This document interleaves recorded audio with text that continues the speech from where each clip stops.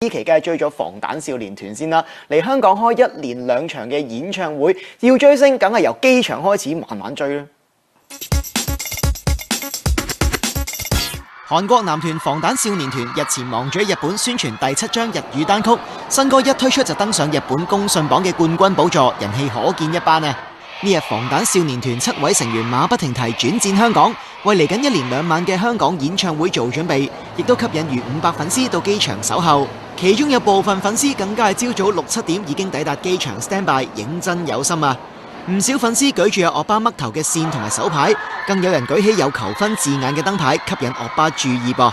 大約中午12點，身穿長袖衫襯爛牛仔褲嘅 Jimin 帶頭由 VIP 通道步出機場，其餘6子就緊隨其後。一見到粉絲專程嚟接機，即刻向4方8面嘅粉絲狂揮手打招呼，心情勁靚啊！一眾粉絲見到惡巴即時全場轟動，仲勁齊心叫惡巴，果然不愧為ARMY啊嚇！